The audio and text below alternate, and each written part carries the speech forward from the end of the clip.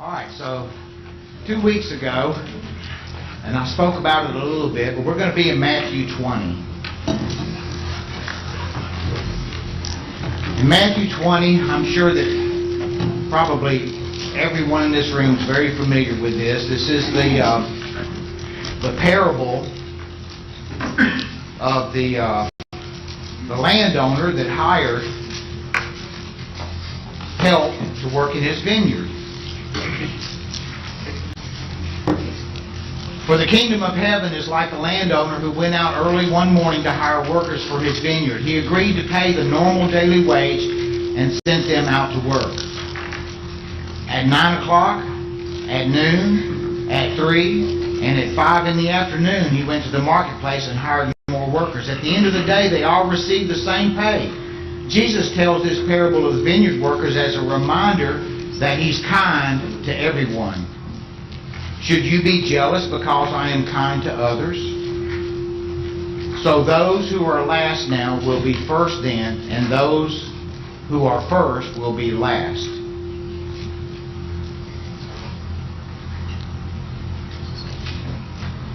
So, parables, we know parables are earthly stories with a heavenly meaning, right?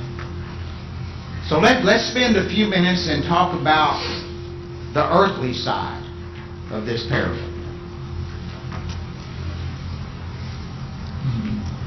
What time do you get up to go to work? Those of you that still work? 4 o'clock? 10 after 4? Yeah, you sleep in. I know Randy Miller's not here, but Mike, you live across the street from him. What time do you see Randy go to work? Randy gets up at 2:30 every morning. 2:30 in the morning. He leaves by 3. He leaves by 3. Okay? So we've got people in here that get up early, right?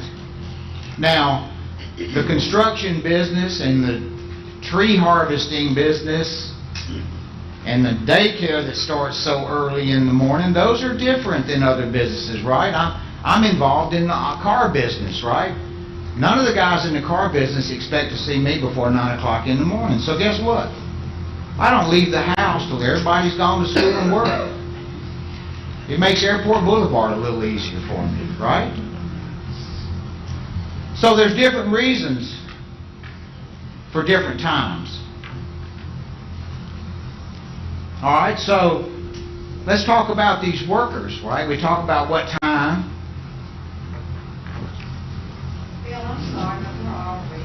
Matthew 20, verse 1 through about 16, if I remember right. Right. Is that right? Right. Okay. That's okay. So, these workers, now, those of us that still work, and those of us that are retired can remember when we worked. What kind of people did you work around? All kinds. All kinds, didn't you? You worked around some people that were hard workers, right? That always got their own time. They stayed late. If they saw something that needed to be done, they just did it, right? But then there's the other kind of workers, right? I guarantee you, not everybody you work around or worked around was like that guy. Right? You had the people that could never be on time. Or if they woke up and tore one of their fingernails, that was the whole day. Right? I just can't do this. What other kind of workers are there out there?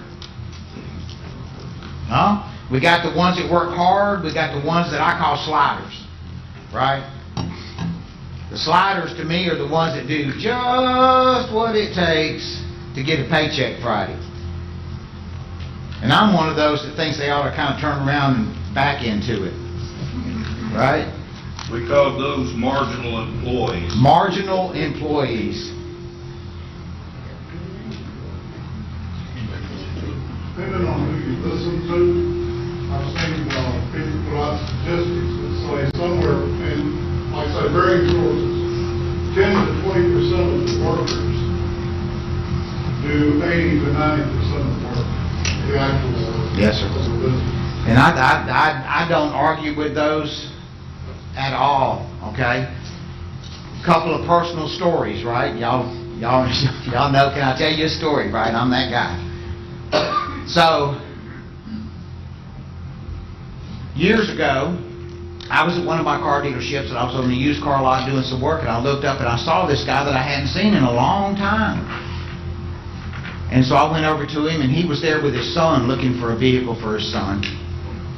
And I said, man, and this guy used to paint cars, right? So he was in the paint shop at these body shops that he worked at, and he painted cars. I said, man, where you been? I haven't seen you in years. He said, man, my doctor, you listen to me here, Johnny, my doctor said I couldn't breathe any more of that. He was having lung issues and stuff. So he got out of the car business, and I said, well, what are you doing now? And he said, I work for the city of Mobile. Okay? Now, please don't get mad at me at this story if you work for the city. Okay? I said, how in the world did you do that? Because guys in the car business get paid commission. Right? There's no salary. There's no, we're going to pay you this much an hour. It's what you do that determines your paycheck. And I wanted to know how he went from that kind of job to what he was doing. And here's what he told me. He said, man, it was really hard. He said, because I go to work at 8 and we sit around and have coffee and breakfast till 9:30. And he said, and if it's real hot, we go find the biggest oak tree we can to get underneath. He said, in an 8-hour day, I work 2 hours. And I said, man, don't tell anybody that. Because I'm standing there thinking I'm the guy that does the paycheck, right? So there are situations where the sliding is incredible sliding, right? Another personal story. There's a young man. He works in one of the body shops that I service, and I like this guy. He's a nice guy. But when he first hired into this shop, you know, I'm there almost every day. It's a big shop. And I'd see him pull his little truck in at 8:45, right? Just always late. But then the next thing, as I'm paying attention, man, this dude is there. If he ain't on time, he's a little early. Okay? So I start paying attention in the conversation, and guess what I find out? He's got a girlfriend. And it's a serious girlfriend. And she wants a house. Or a new car. So his motivation has totally changed, okay? And then sometime later, after I learned this, I'm talking to his boss. His boss and I have known each other a very long time. We're friends.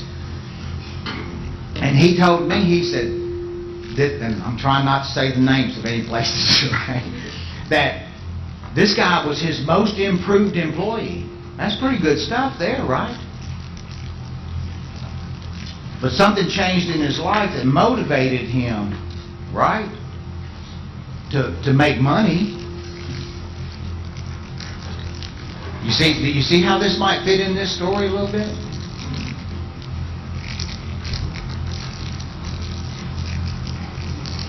So let me ask you this. We've talked about all these different types of workers. What's the difference in them?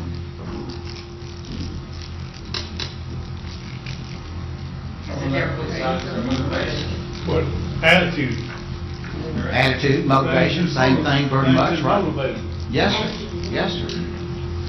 Bill, I'd say they accepted the job. They accepted the job, right? So I would maybe use the word deliberate. You got some that are deliberate, right? Some of them are just late. And some people are just lazy. They are. I think that this generation is more, they don't care. They don't care. Yeah. The big picture, Bill, is the big picture. We read this story, This still applies today. Especially applies today. Yes, sir. The Word of God was given to a set people first. We come along later on. The reward is heaven. The paycheck. The paycheck is not what little bit you get here. Yes, sir. And that's where a lot of people get bogged down. Yeah. They get into the money situation and not the spiritual side of this. Right, right. That's why all these guys are saying, hey, it ain't fair. I'm getting paid the same wage, but they just got here. Mm-hmm. Exactly. Spiritual. Look at the spiritual side of that. Sure, look at that. And we're talking about the earthly side here now. We're about to go to the spiritual side. Let me ask you this question though. Don't you think there are situations where maybe you thought somebody was a slider, and in reality they were doing the best they could do? Sure. Everybody got different. Think about that now for a minute. You know, Harold Inky and I teach a Bible class on Thursday nights up at AHEPA, Senior Citizens Home. And those people just love somebody being there. You know what I'm saying? So, last couple of weeks we've been in James chapter 2, and it's talking about, and actually this hit me a little harder than I thought it would when I was studying for it, because I had forgotten, I think, how serious an issue it is for us to be passing judgment on poor people versus rich people. Okay, that's where James 2 kind of is, you know. The rich guy comes in with his fancy clothes and he gets this seat at the table, and you tell the poor person, well, you know, you can sit on the floor over here, right? If we're not careful, we'll do that with the people we work around. Well, even worse, we'll do that with our brothers and sisters. When in some cases, and I'm not saying all of them, because I think there are people that are lazy. There are people that are not deliberate. Okay? But I think there are plenty of times that we may be thinking, hey, when they're doing the best they can do. Because God gave us all different talents, right? All right, so let's kind of turn over to the heavenly side of this. Now that we've talked about your best being better than my best, right? That's going to be it's very unlikely that everybody in this room is on the same spiritual level, right? Now I think our eldership, those guys are pretty close together to the same spiritual level, right? As they should be. But the way God gives us grace, we've got to give grace also. So, in this parable, from a spiritual side of it, right? Parable is a heavenly story with a heavenly meaning, an earthly story with a heavenly meaning. Okay? So obviously God's the landowner. What time do you think God gets to work in the morning? Huh? You think He's way ahead of us? Duty all the time. My goodness, huh? It's His work we're doing. Because you know what the vineyard is, right? The vineyard is the church. And what work does He have for us to do in the church? Think about it as a vineyard, right? I have at my house what I call a COVID orchard. A couple of years ago, 2 years ago, when COVID first hit, the car business freaked out. I mean, Chicken Little. Those of y'all too young to know that story, get with Joanne later. She'll tell you. I go to work in the morning at 12 o'clock. I was home with nothing to do. I'm not one of those nothing to do guys.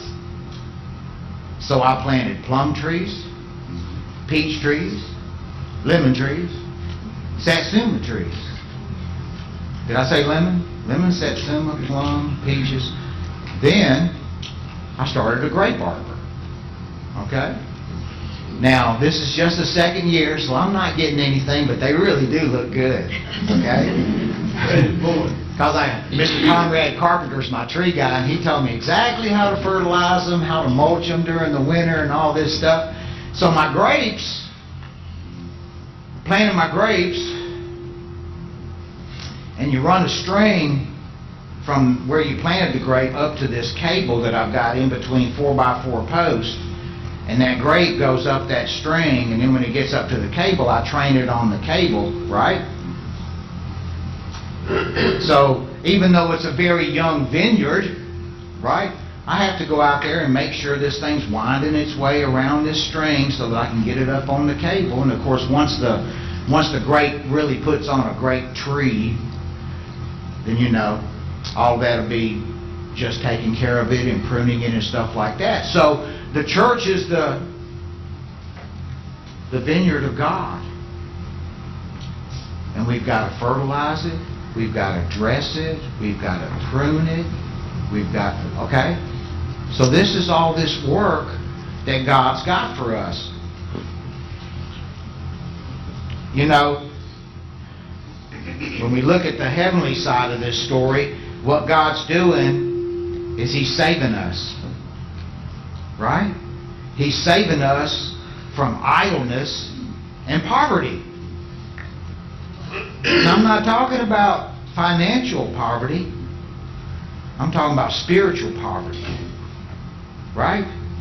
The biggest reason that we need to be working in the vineyard is because we have a fullness that the world desperately needs.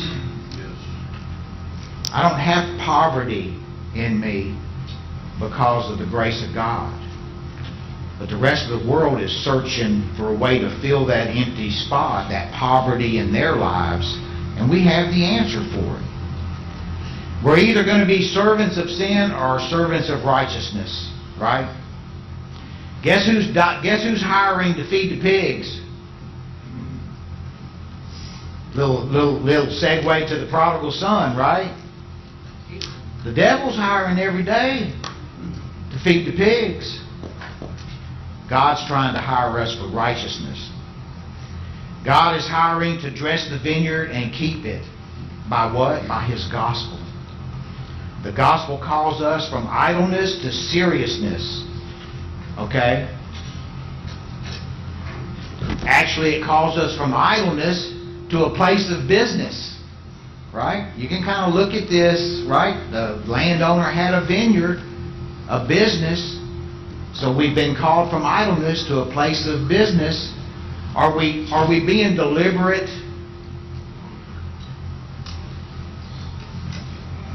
Because we can't be sliders, right? But that doesn't mean that we don't find glory and honor in what we may deem more success in others. Does that make sense? The prodigal son, right?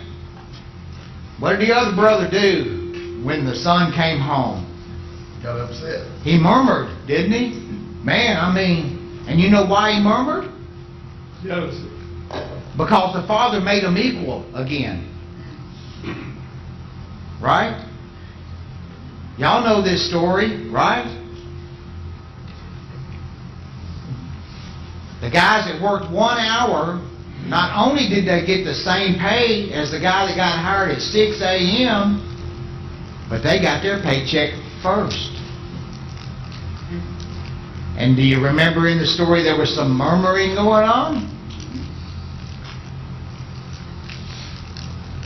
Because God made them equal. Just like God made the prodigal son equal with the son that stayed behind. Scott? This to me proves the saying I tell everybody is that God ain't trying to kick you out, He's trying to get you in. He's trying to get you to heaven. He ain't trying to kick you out.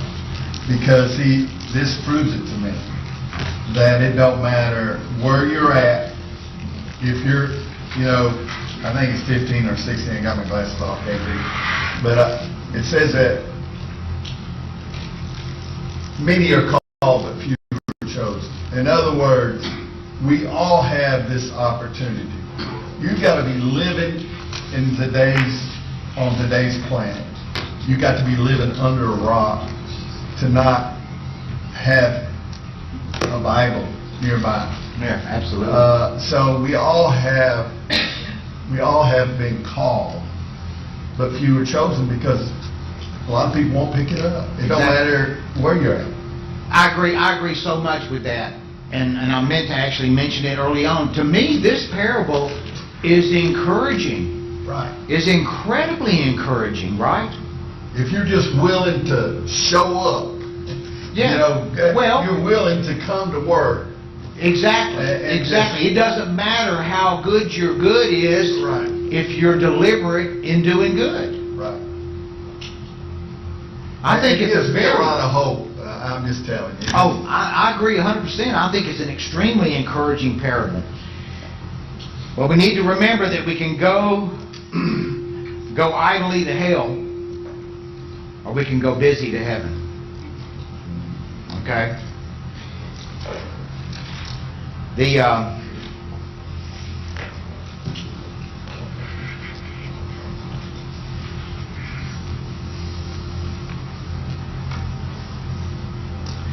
I think I talked about this 2 weeks ago a little bit.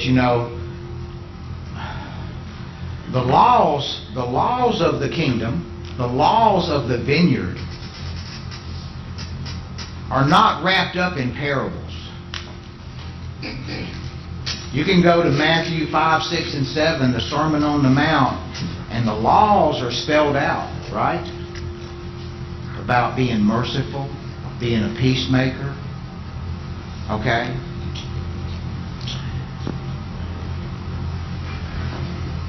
They're plainly set out. But the mysteries of the kingdom are delivered in parables. And we're in Matthew 20, but if you turn back just a few chapters, and I'm not going to go there, but Matthew 13, right, you got the parable of sowing the seed. Some falls on good ground, some falls on hard ground. Okay? You got the parable of the sowing the seeds, the wheat in the weeds. You've got the parable of the mustard seed. You got the parable of the yeast, the hidden treasure. Okay? And then the parable of the net of fish. Okay, see, the parable of the net of fish is very similar to this, right? I mean, the net was full. And then what happens? Bad fish, good fish. Bad fish, good fish. So a lot of the mysteries. What is the mystery? The mystery of the kingdom. Is it not that Jesus died for us, is the death, burial, and resurrection? That's right. The gospel of Jesus Christ is the mystery. And part of the mystery, if you think about it, the Jews rejected that gospel, right? Bill, it's God's grace, not our works. He graced us with the ability to do this. We should honor that and forget about the works of it. Yeah. The works is not, we don't have a choice about it. That's right. But there is no, if I was the most blessed man in this congregation as far as gifts and abilities, and I worked 24/7 the rest of my life and did incredibly great things, it still would not pay for what Jesus did for me. But I've got to be deliberate, and I've got to do the best I can. The rest of the world doesn't have this conversation, okay? I'm no different than you are. I question myself because of my shortcomings every day. Every day, okay? We tend to compare ourselves to other people. Exactly. You know, I can't do that because I'm not as good as Terry is. You know, I can't do that. The Lord didn't give me that. But actually, each of us, no matter what our skill level is, God loves us all the same. And He made each of us unique. As a matter of fact, the signatures are fingerprints. Yeah. If you think about that, there's not another fingerprints like mine. No. Out of how many billions of people? Billions. He specifically made me Yep. for a specific purpose. Absolutely. I gotta trust Him to lead me to it. Man, amen. I mean, yes, sir. That is so good. Because regardless of gift level, I'm fearfully and wonderfully made. yes, sir. My days were created Yes, sir. for me. Yes, sir. To praise God. Yes, sir. And Terry's not in here, so we can use him as an example, right? Because I love the man and am totally impressed by him. My reward's the same as his. Yes. Yes. So yeah, we can't, you know, we have to look for that. But the mystery, the Jews rejected it, and then of course, and I know this is a little bit of a reach maybe, right? So part of this parable, and it's not the only time we see it in the New Testament, Paul was on it quite a bit. The first are going to be last are going to be first, and of course we see that in this parable, the way they got paid, okay? So the Jews that were God's first chosen people rejected Him, and then I like to think in the 11th hour at 5 o'clock the Gentiles were allowed in, right? And see, when that happened back then, you got to think about the same murmuring that went on that we talked about with these workers and the prodigal son's brother, because the Jews and Gentiles were not friends. And when the gospel was opened up to the Gentiles, don't you know, there was some nasty stuff went on, right? And I know that this parable's not exactly about that, but it still fits, doesn't it? Maybe it is part of that. Equal privileges, equal advantages. The Gentiles got that. Aren't you glad for that? Since it's a room full of Gentiles? God is no debtor to man. Darren touched on that. Many who begin last, sometimes by the blessing of God, arrive at greater knowledge, grace, and usefulness than some of us that have been in the church 30 years or more, right? And I think I touched on that 2 weeks ago, because whenever I read something like that, I think about Larry Hancock. How he turned his back on God for 20 years. And man, when he came back, what an example he set for everybody in servitude, right? So I felt like God gave him extra. Something else about that, Bill, what you just said about Larry. There's a lot of us, similar situations, maybe not as bad or worse, but the great thing about it is that you can always recover from your failures and come back to God, regardless of what you do. If you make that U-turn, Yes, sir. that's part of this lesson Yes, sir. that you just did on. Yes, sir. Is that Exactly. we can't give up on people. No, we can't give up on people. We got to keep praying for them. Exactly. And, you know, in the parable, right, it was a day's wages. Well, what does that day represent? My life. Like, That day represents my life. All I got's one day. Right? So there should be, if we're going to be deliberate, there should be an urgency to it, right? Because, what is that? Wisp of smoke, right? Here today, gone tomorrow, right? Not a giant price to pay. Miss Lorraine? Well, but Bill, it's kind of like right now, Jesus is our Savior, and when we die, He's going to be our judge. And so, he knew, just say Larry, for instance, he knew what Larry was going to do down the road. So he gave him that opportunity. That's right. Does that make sense? It does, absolutely. He gives us that opportunity while we're still here. And guess what? He's no respecters of persons, so I have that opportunity too. That's right. All right, I got 5 minutes. Is that what that buzzer was? Reward will be given to us not by our time of conversion, but like Brother Darren said, by the grace of God. It's all about the grace of God. Talking just for a second, and I think I may have mentioned this 2 weeks ago too, talking about the first will be last and the last will be first. You think about the apostles that ran to the tomb on the third day, right? John was fast, right? A couple of them got there first. But who went in the tomb? Peter. Right? And I know that might be a little stretch too. First, last first.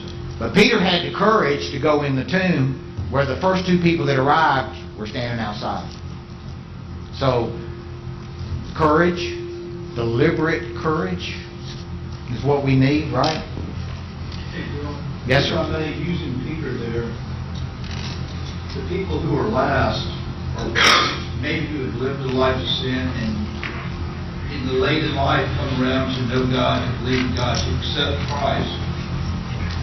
A person like that can have more awe of God and what He has done for them because of what they've done for so many years, as opposed to someone who's raised in the church, maybe do not have the appreciation of what God's done for them. I think about the Prodigal Son. Which one was most thankful to his father? Yeah. The one who squandered everything away and understood how much his father loved him. And same with Peter. He denied Christ, yet he was in a position to understand how much Christ loved him because he forgave him for those denials. Yes.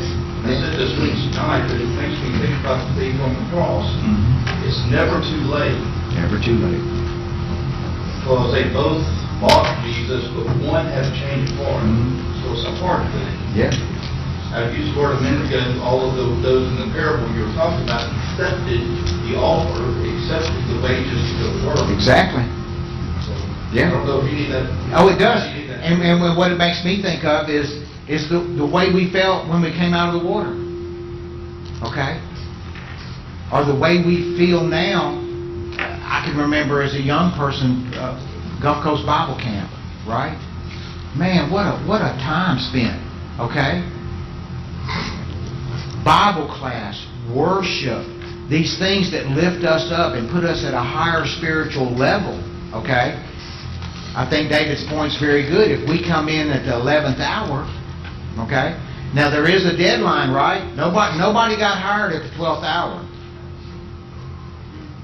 because it was too late, right? Paycheck time. That's right. So nobody came in. All right, so the sufferers for Christ now and later on past us will have the same reward as the martyrs and confessors of Jesus of Bible times. Think about that.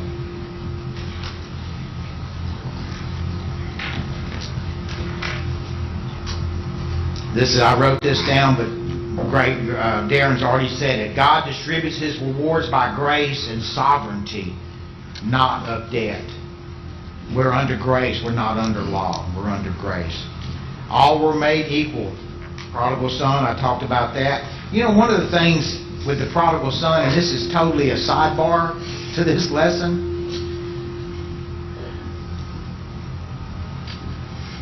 who are we? Who are we in the story of the prodigal son? We're the party. Right? We're the fatted calf. that make sense? When somebody comes back, are we following that parable the way we should? All right, I know I'm going to go over, but just by a few seconds. Yes, sir. Yes, sir.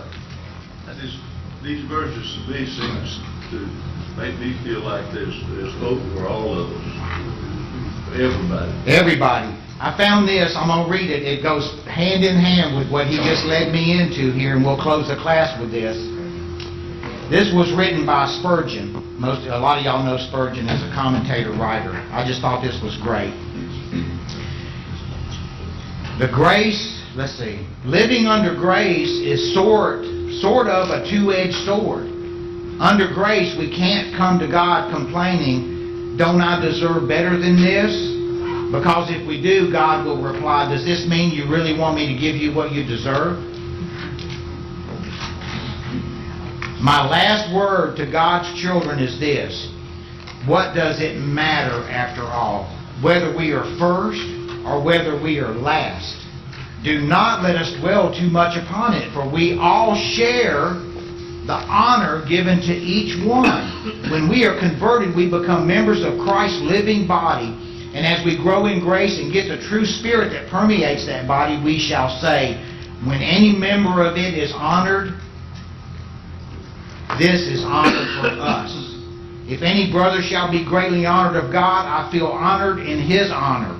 If God shall bless my brother or sister and make him or her 10 times more useful than I am, then you see that he is blessing you, not only blessing him or her, but you. If my hand has something in it, my foot does not say, oh, I have not got it. No, for if my hand has it, my foot has it. It belongs to the whole of the body. For the kingdom of heaven is for all of us, not just for those that work harder and longer. And that is a blessing, right? So be deliberate. Let's go worship.